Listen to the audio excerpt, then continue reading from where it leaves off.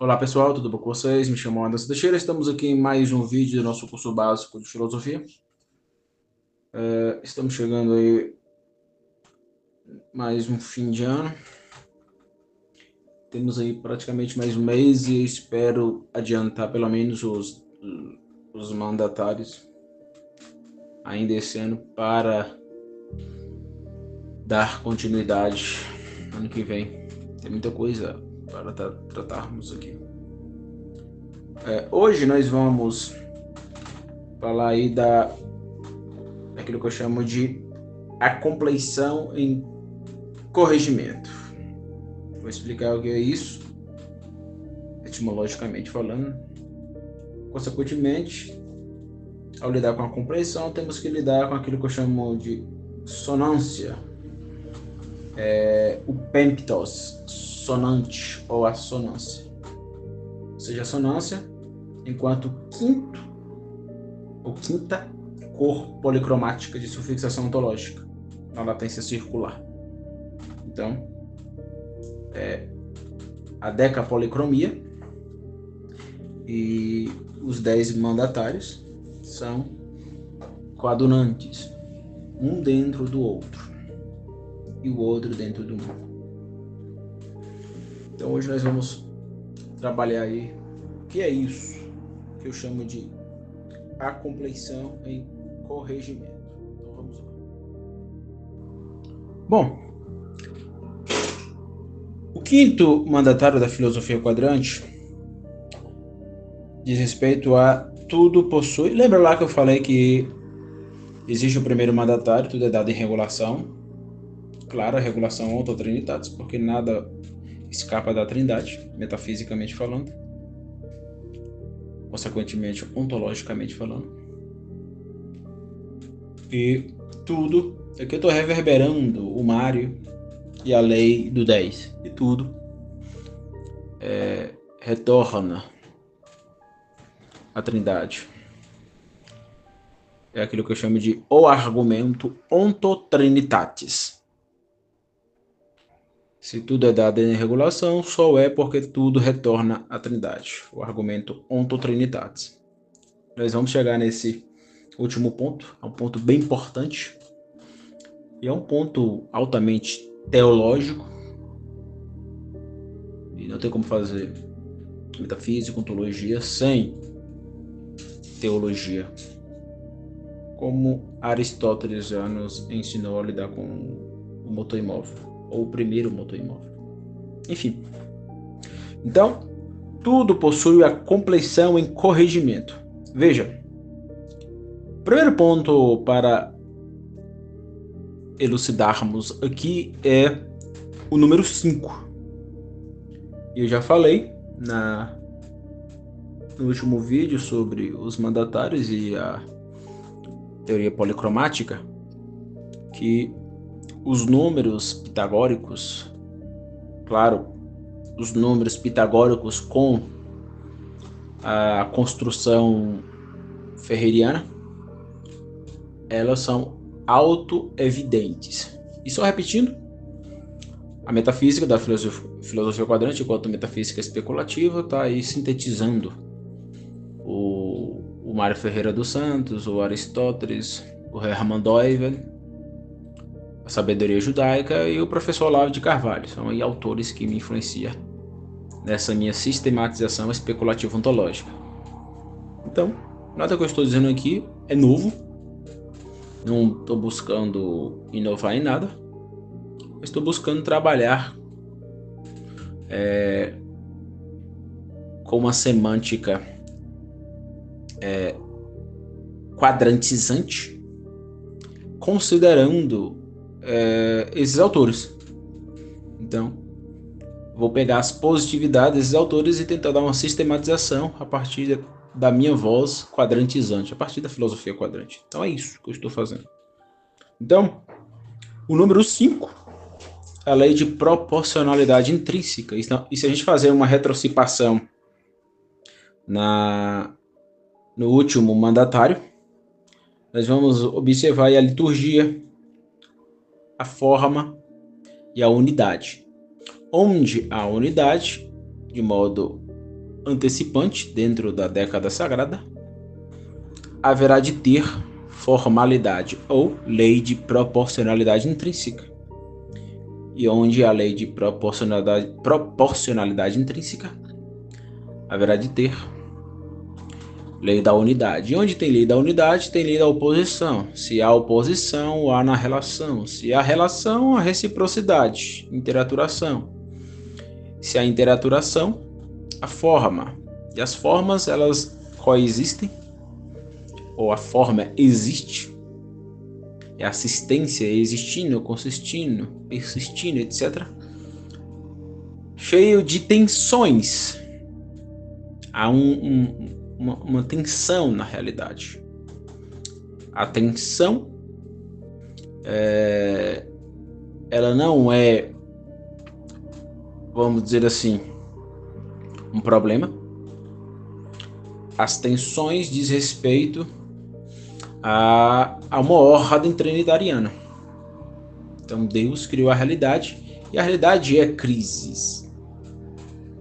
Crises de acrise e sincrise, que se separa e se reúne, ou seja, que se estende, que se entende, que emergentiza-se e predisponentiza-se. Os fatores, né? Então não há emergência sem predisponência e vice-versa. Não há extensidade sem intensidade. Não há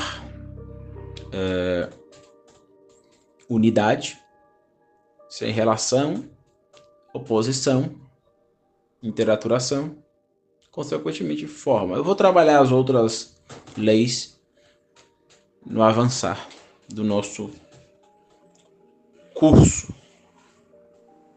Mas se a gente pegar dentro da simbólica pitagórica o número 1, somado com o número 2, número 3 e número 4, teremos o número 10, a década sagrada. Então, o número 5 é o número que lida com a lei de proporcionalidade intrínseca. Essa lei de proporcionalidade intrínseca remete, claro, eu estou plasmando isso na realidade, remete liturgia. E a liturgia, como eu já tinha dito, é um aspecto modal autônomo relativamente, viu, gente? Não vamos tomar o conceito de autonomia ao modo moderno absoluto. Então, a liturgia é um aspecto modal ontológico autônomo. E isso fica claro até no próprio autor canadense James K.A. Smith, ou Smith, onde ele trabalha liturgias culturais. Então, quando a gente olha para a realidade, a gente percebe, por exemplo, liturgias sociais / culturais. A igreja possui liturgia, trabalho, escola, o Estado, família, o shopping, futebol. E a gente pode direcionar as liturgias multiformes dentro de uma cultura social ou de uma sociedade cultural. Temos também liturgias naturais, aí, se a gente considerar a teoria da tripla ou a tripartição do ser, né? Nós vamos observar dentro do reino dos inanimados liturgias, liturgia de uma pedra, de uma rocha, liturgia de uma árvore, de uma flor, e liturgia de um carro, liturgia de um computador, liturgia de uma xícara, liturgia de um lápis. Tudo isso é litúrgico, tudo isso passa algum tipo de liturgia, algum tipo de cerimônia. Isso está nos demonstrando o reino ontológico. Logo, se há isso, temos que trabalhar, ou melhor, temos que tratar a liturgia na dimensão ontológica. Por isso que eu acredito que a liturgia é um aspecto modal ontológico. E veja, quando eu observo a liturgia, eu observo analogando-a, por exemplo, nos próprios aspectos modais.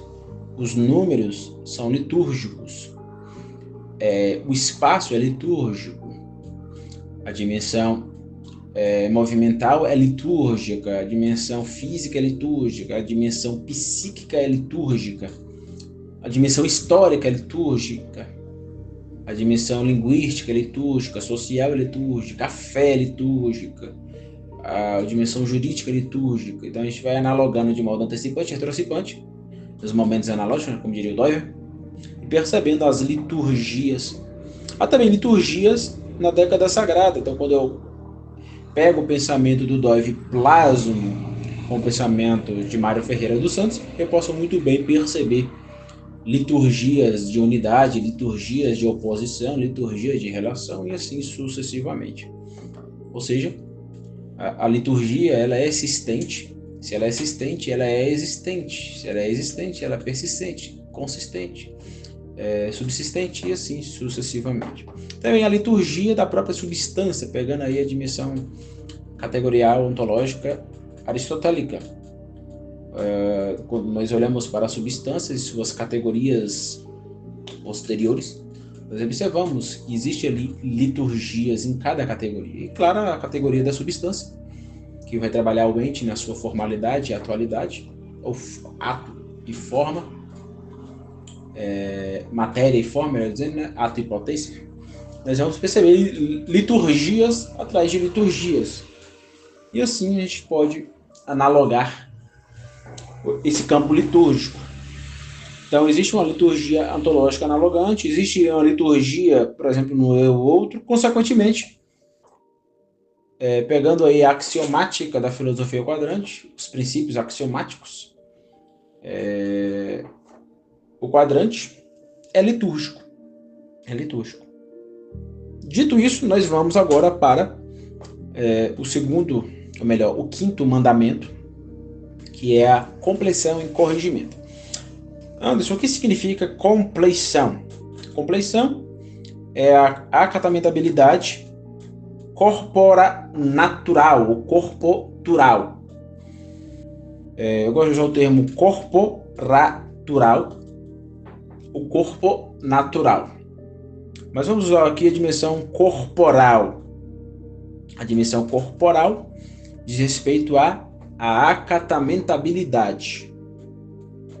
O acatamento diz respeito à dimensão geometrizante, na primeira, pré-teórica, dimensão ordinária, aquilo que o próprio Olavo chamava de experiência espontânea, o senso comum, o pré-doado, o natural, o pré-teórico, aquilo que Thomas Wright chamava de senso comum, ou realismo de senso comum, common sense comum, diz respeito, o senso comum diz respeito justamente a essa dimensão acatamental que nós, todos os seres humanos, direcionam. Então, compleição em corrigimento. Então, qual é a dimensão ontológica que puxa essa possuição ontológica da filosofia quadrante, esse mandatário, esse quinto mandatário da filosofia quadrante? Continua sendo a forma, lei de proporcionalidade intrínseca. Consequentemente, lei de proporcionalidade intrínseca, persistentemente, na sua dimensão teimosial, no seu exibicionismo, melhor dizendo, ela é litúrgica, univocando-se e multivocando-se. Unidade, unívoca e partes multívocas.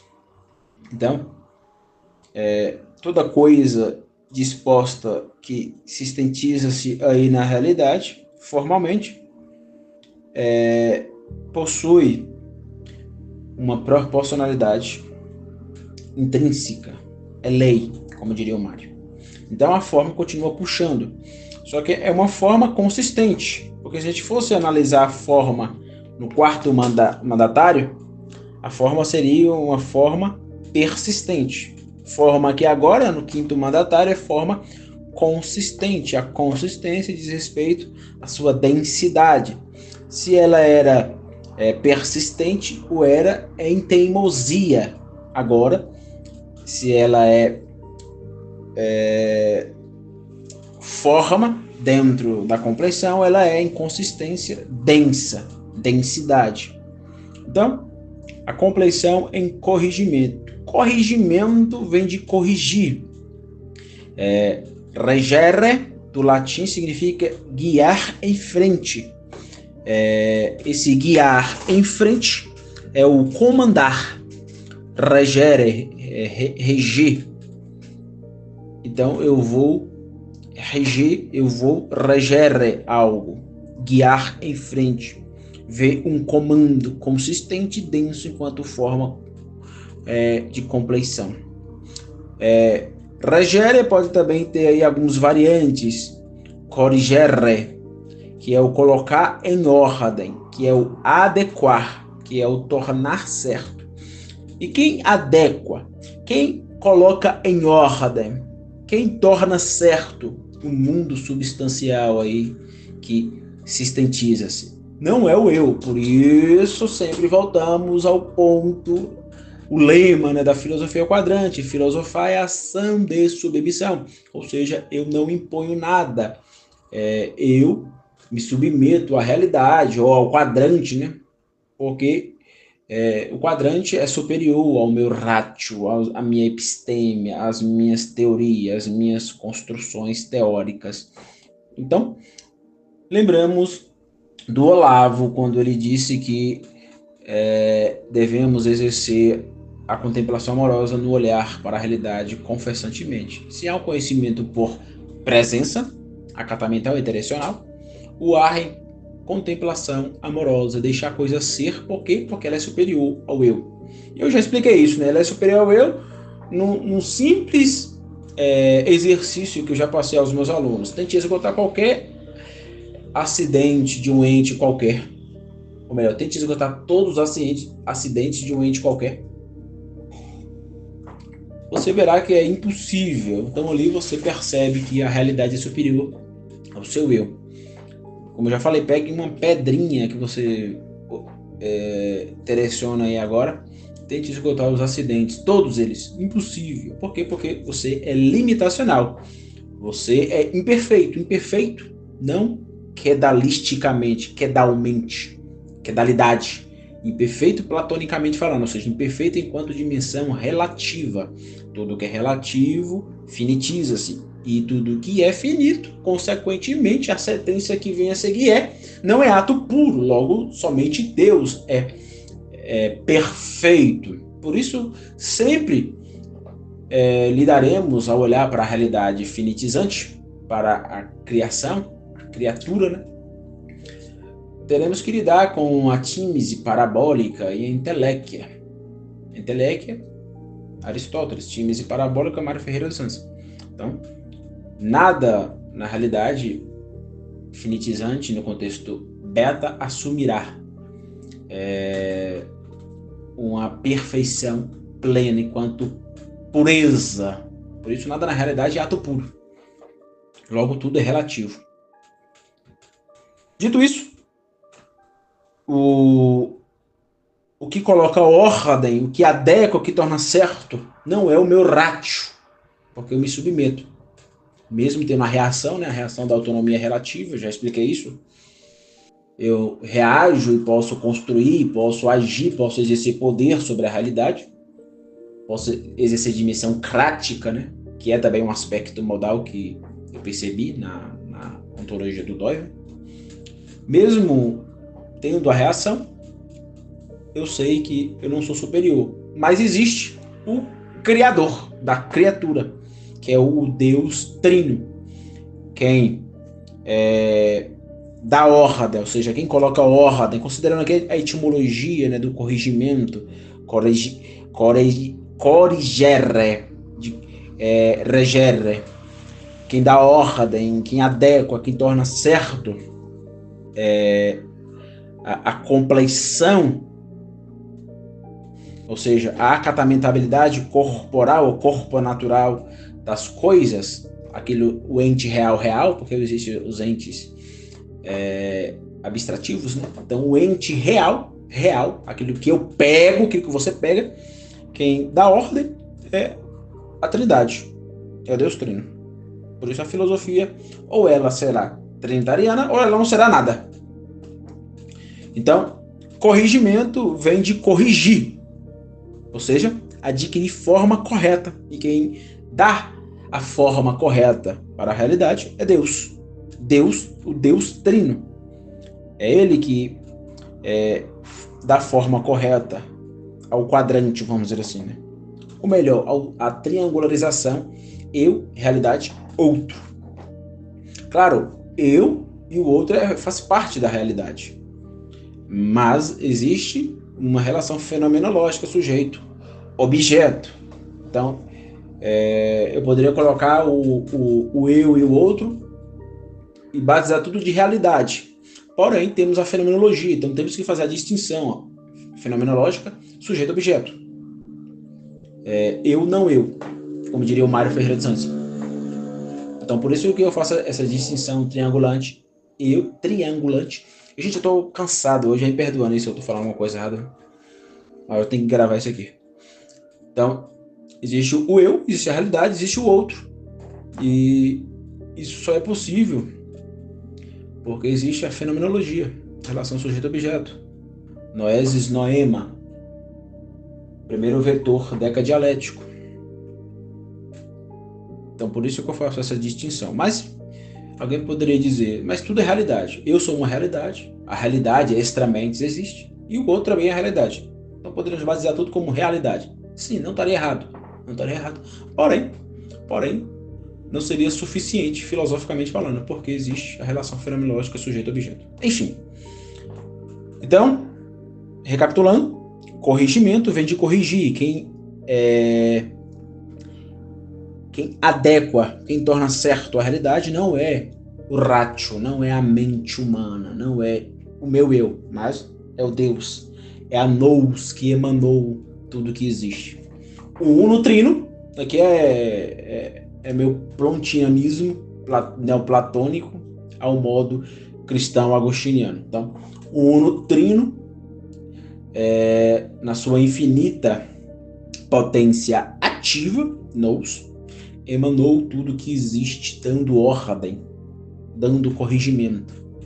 Por isso, se há uma compreensão acatamental na realidade, nos entes reais, o há porque existe um corrigimento consistente, denso, advindo da onde? Advindo da Trindade. Então, a realidade é muito importante. Então, quando eu digo realidade, já eu vou repetir novamente, a realidade é superior, né, ao eu outro. Já entenda a realidade como um ponto elementar, enquanto mestra penúltima. Eu gosto de usar essa expressão, gente. A realidade é a mestra penúltima. Por que eu digo isso? Porque, primeiro, eu considero que existe a divindade, o primeiro princípio divinatório, a Trindade. E na Trindade temos o Filho, Jesus Cristo. Quando nós lemos a carta de Paulo aos Colossenses, nós vemos isso perfeito. Ou o primeiro capítulo de João, o Evangelho de João. Então, a realidade, a criação, ela não é a mestra última. Ela é a mestra penúltima. Porque o mestre último é Jesus. Depois de Jesus, eu me submeto à realidade. Por quê? Porque a realidade foi criada por ele. Então, se eu me submeto enquanto filosofar em ação, né? Se eu me submeto à realidade, eu me submeto enquanto dimensão penúltima, não última. Agora, em questão de ultimacidade, eu me submeto a Cristo. Ele é o mestre útil. Entendendo o último aqui, só você lembrar lá da simbólica do alfabeto grego que João fez uso. O alfa e o ômega, ok? Então, a compleição diz respeito a uma constituição física estabelecida. Estabelecida por quem? Estabelecida pelo Deus Trino. O feitio é a maneira de ser em forma, que só é no argumento ontotrinitatis. Se usa muito uma expressão que nós podemos estudar na caracterologia, e o Mário escreveu um livro excepcional. A galera que estuda o Mário acaba excluindo esse livro, eu não faço isso, é um livro muito importante. que é a caracterologia, que vai estudar justamente essa inter-relação entre aquilo que temos no corpo e no espírito, ou na mente, na psique. O caráter, entre o temperamento e o caráter. E quando nós olhamos para o corpo, uma dimensão muito importante aparece enquanto complexão, que é o somatótipo. O que é o somatótipo? Esse termo somatótipo foi desenvolvido por um psicólogo norte-americano chamado William Herbert Sheldon. Acho que é assim que se pronuncia o nome dele. Ele escreveu um livro, The Variants of Human Physics, ou seja, as variantes do corpo humano. Nesse livro, ele vai construir um método de classificação corporal muito importante que, por exemplo, se usa quem faz musculação. Não sei se vocês já viram.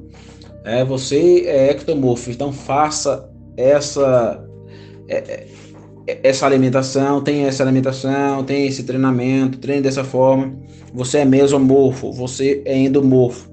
Então, essa classificação foi desenvolvida por um psicólogo chamado William Herbert Sheldon, no livro The Variants of Human Physics. Vai perdendo meu inglês, viu?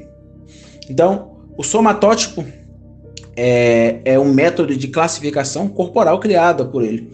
Segundo os estudiosos, ele desenvolveu essa metodologia de acatamentabilidade. Isso aqui é acatamentabilidade na sua essência, no ano de 1940, na década de 1940. Então, quando, por exemplo, nós observamos o ectomorfo. O que é o ectomorfo? O termo morfo aqui diz respeito à forma, aquilo que é fixo. Só lembrar da assistência do mar. Então, o ectomorfo possui uma acatamentabilidade esguia, ou esguio, é o tão famigerado magro, pessoa magra.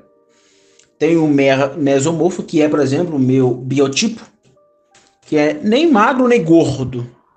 É um mesons, está entre o endo e o ecto. Existe esse meson acatamental corporal. O corpo natural, como eu já falei, né? E por fim, o endomorfo, que é o gordo. Então, nem magro nem gordo, e gordo. O ectomorfo é esguio, o mesomorfo é meio termo, né? Tá aí na justa medida, como diria o Aristóteles. E o endomorfo é o que é mais arredondado. Então, quando eu uso esses termos magro, esguio, nem magro nem gordo, gordo ou arredondado, eu estou já falando em relação estou direcionando esses termos àquilo que eu chamo de acatamentabilidade, que nós direcionamos. Só lembrando novamente, o termo direcionar diz respeito a noeses, o termo acatamentabilidade diz respeito a noema, para usar aqui a fenomenologia conceitual do nosso grande Husserl. Então, quando nós observamos a realidade possui essas características, não só no corpo humano, no eu outro, mas em tudo que existe.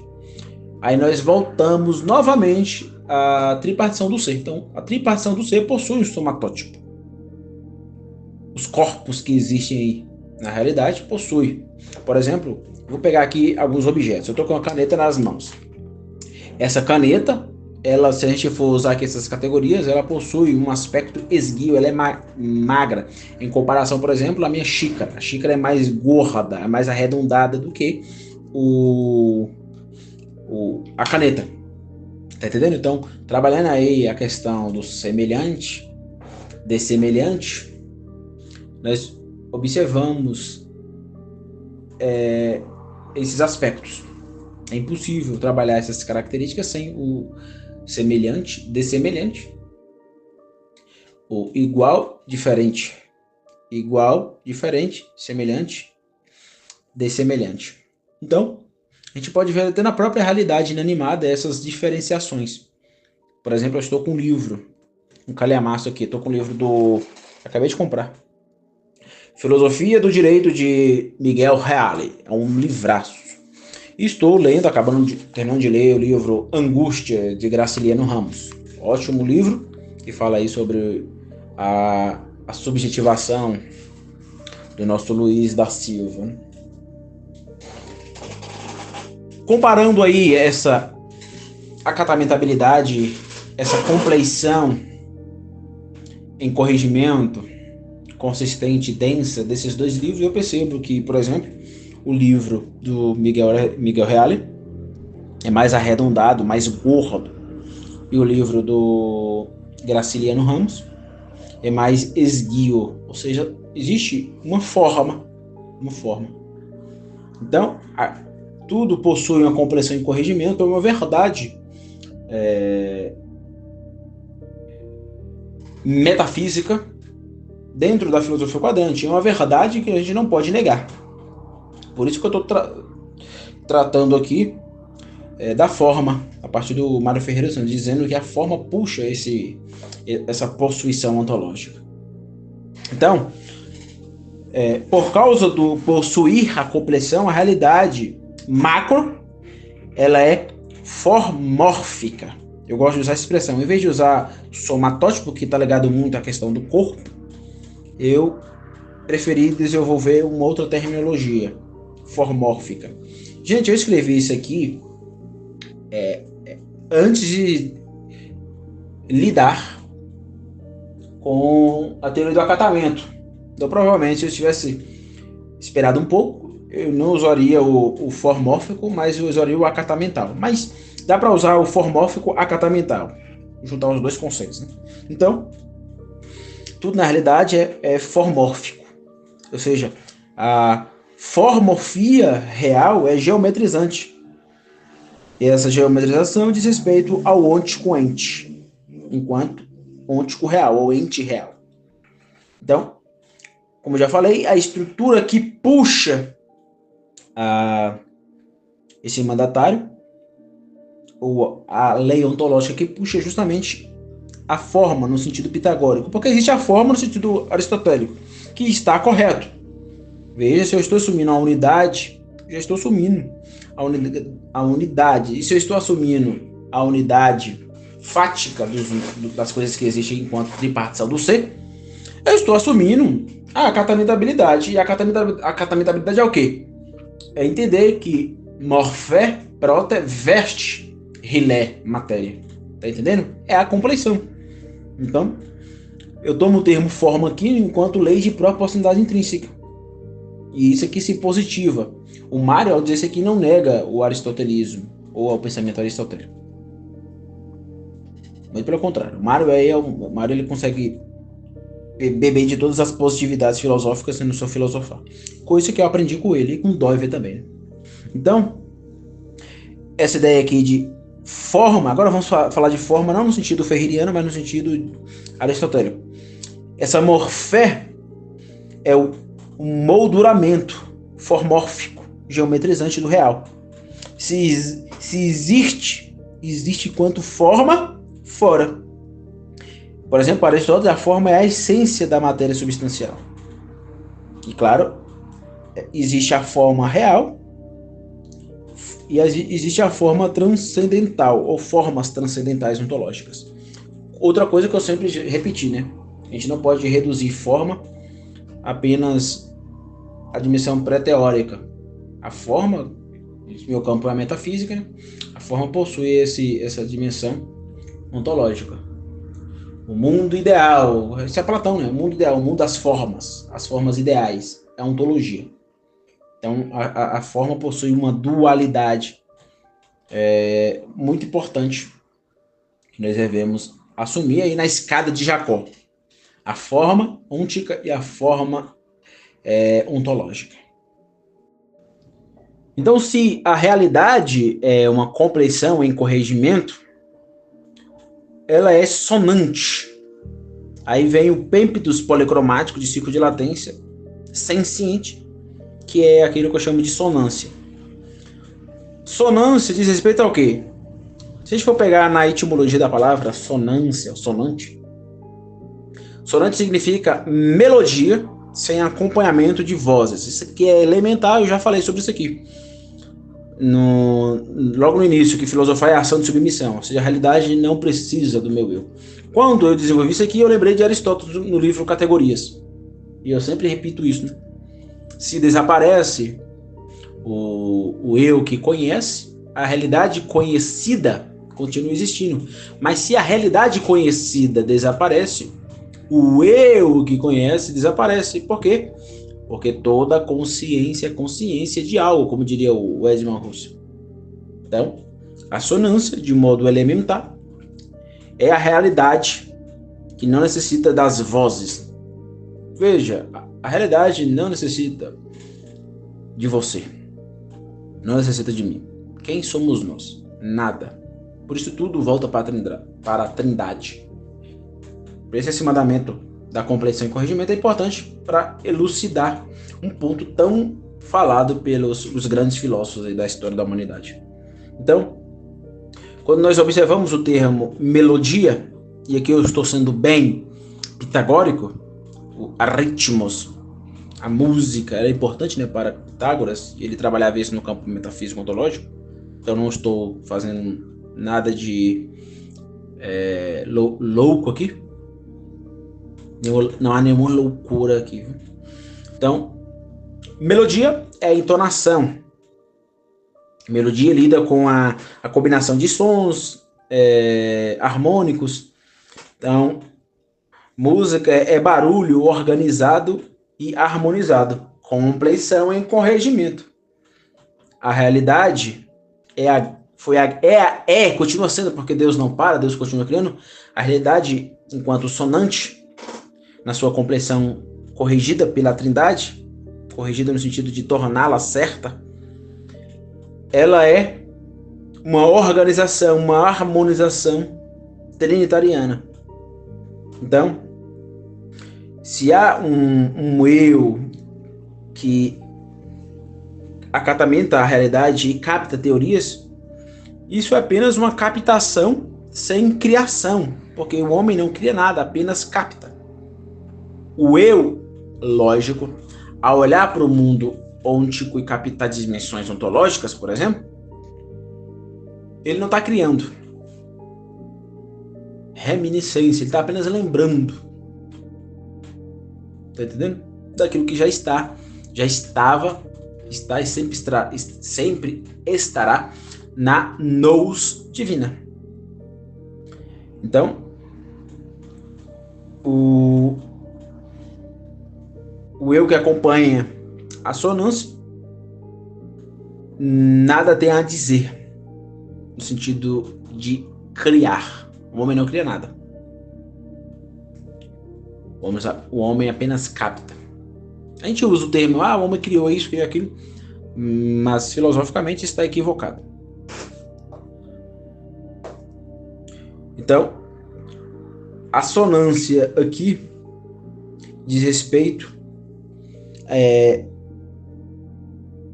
a essa dimensão que eu falei logo no início.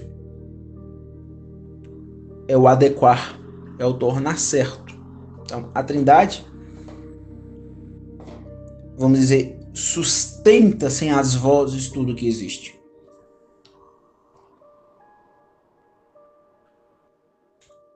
Você encontra isso na própria sabedoria judaica.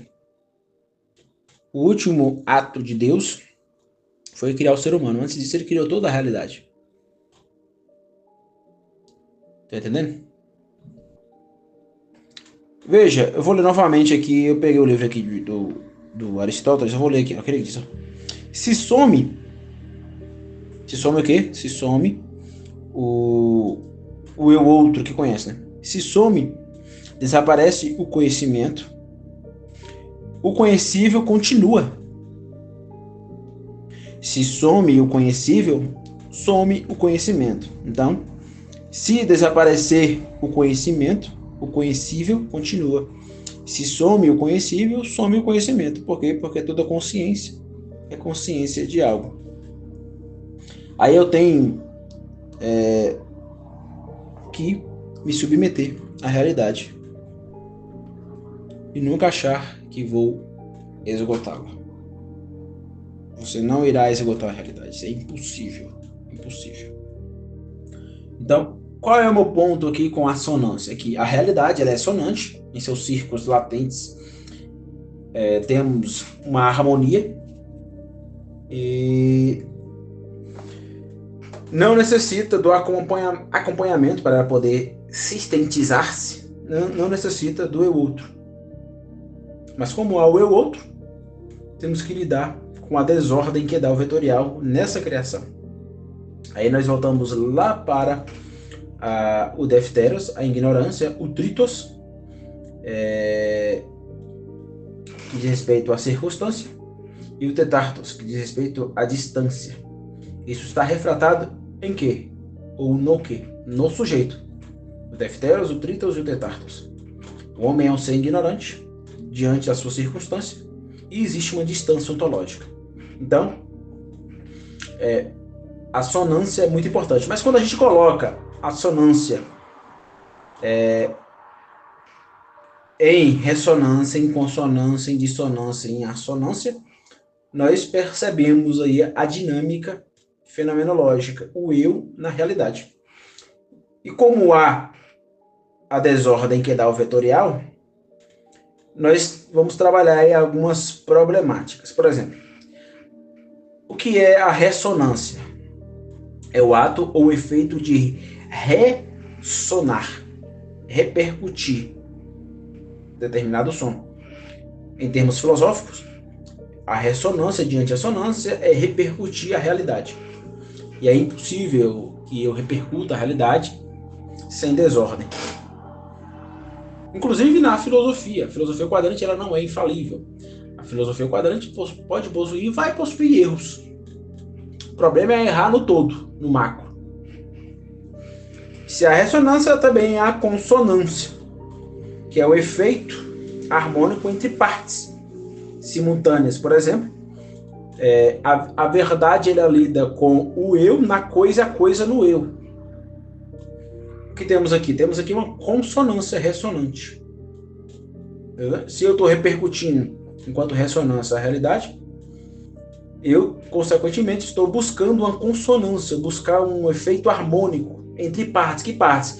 Eu, Anderson, e a realidade que eu estou direcionando aqui agora nas suas acatamentabilidades. Então, ao lidar com a consonância, eu estou buscando um acordo, uma acordância. Além da ressonância e consonância, tem a dissonância, que é o efeito desarmônico. Aí vem a desordem quedal. Veja, ressonância, vamos tratar aqui o termo ressonância no sentido neutro.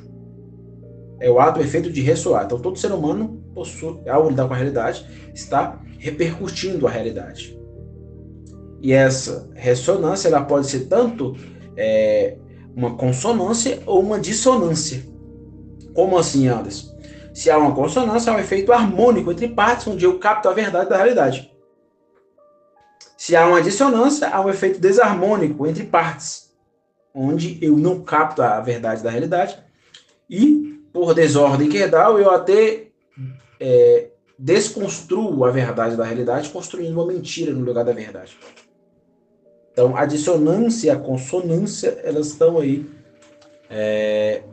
numa antinomia cosmovisionária cristã, judaica cristã, de criação e queda.